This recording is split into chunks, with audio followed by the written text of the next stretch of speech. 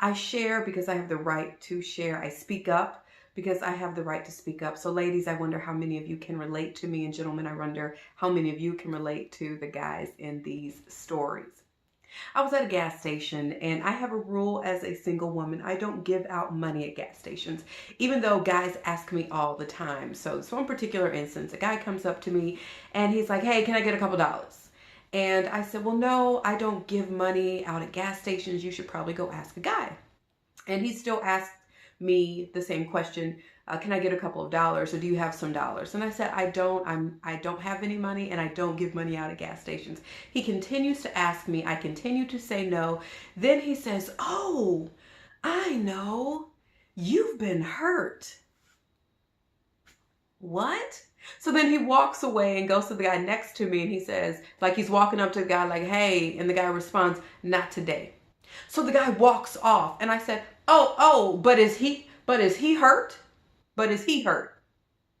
For me, that's really interesting that I had to justify my no. It's almost as if I can't tell a guy no. It's almost as if there has to be a reason. There has to be a reason you are saying, no, I have the right to say no.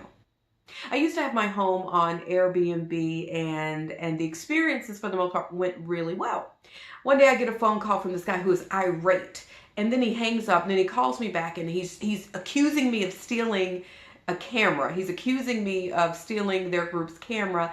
And after he realizes I don't have the camera, we get ready to hang up, and I said, can I just encourage you a little bit? Please be mindful of how you talk to women. You were really rude and disrespectful when you first got on the call. Please be mindful of how you talk to women. And he asks me, are you married? I said no. His response was, oh yeah, because it seems like you have some anger towards men. I said, I find that really interesting that all I'm doing is requesting respect and you think I'm angry. I said, I'm not. I have brothers and a dad and male friends, and I host events for men. I said, would you have asked a man that question? He said, no. I'm sorry, would you have asked a man that question? He said, yes. I said, no, you would not have. So again, because I requested respect, I must be angry. No. I was at a networking event, a really professional networking event, and a guy walks up to me, picks up one of my braids and says, how long did this take? I said, well, first of all, you did not have permission to touch me. You didn't have permission to touch me. And you could hear people who heard me say, ooh, like we were in high school. And he says, oh my gosh, I'm so sorry. A friend of mine has braids.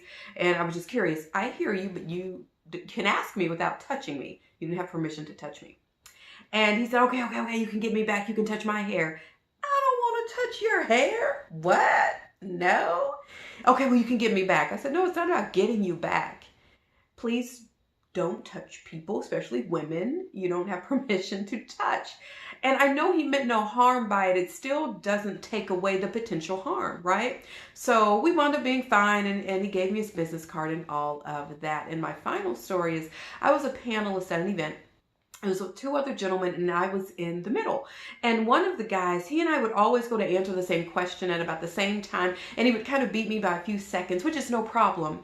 But when he started answering, he held my arm down. He would put his hand on my forearm and had his hand on me the entire time during each of his responses. So the first time he did this, what's going on in my head is, ooh, I don't know you.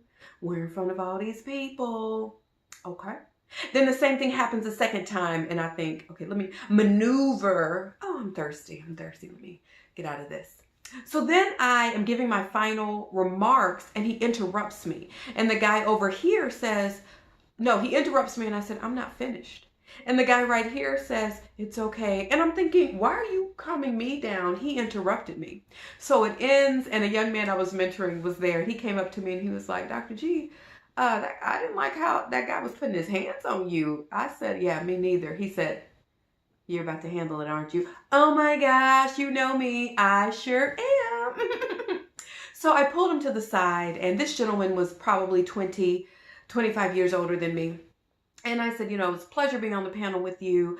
When we would go to answer the questions, you would put your hand on my forearm as if to silence me. And he said, oh my gosh, that's not what I meant. That was me saying, pardon me.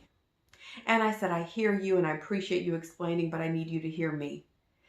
Number one, I don't know you. And two, it was as if you were trying to silence me. I wonder, would you have put your hand on the gentleman's forearm like that? So I just said, please be mindful of touching women you don't know, and especially like that, because you had your hand on me the entire time. It wasn't that you did this and removed your hand.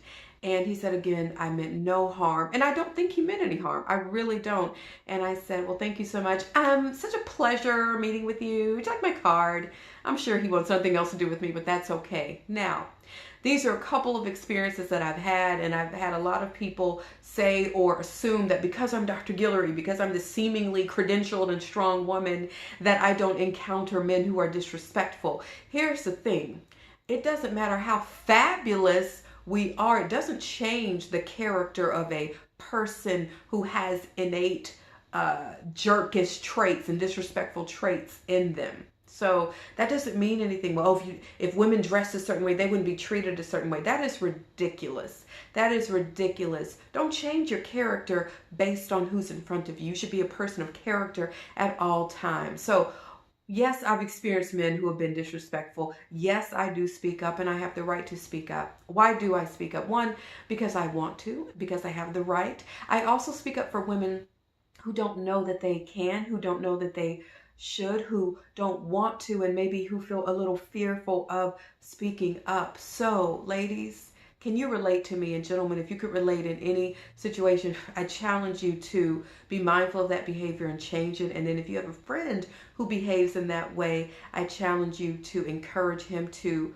stop, but point out the error in his way. Don't just say stop, but point it out. So, deuces. I'm sorry. Cheers.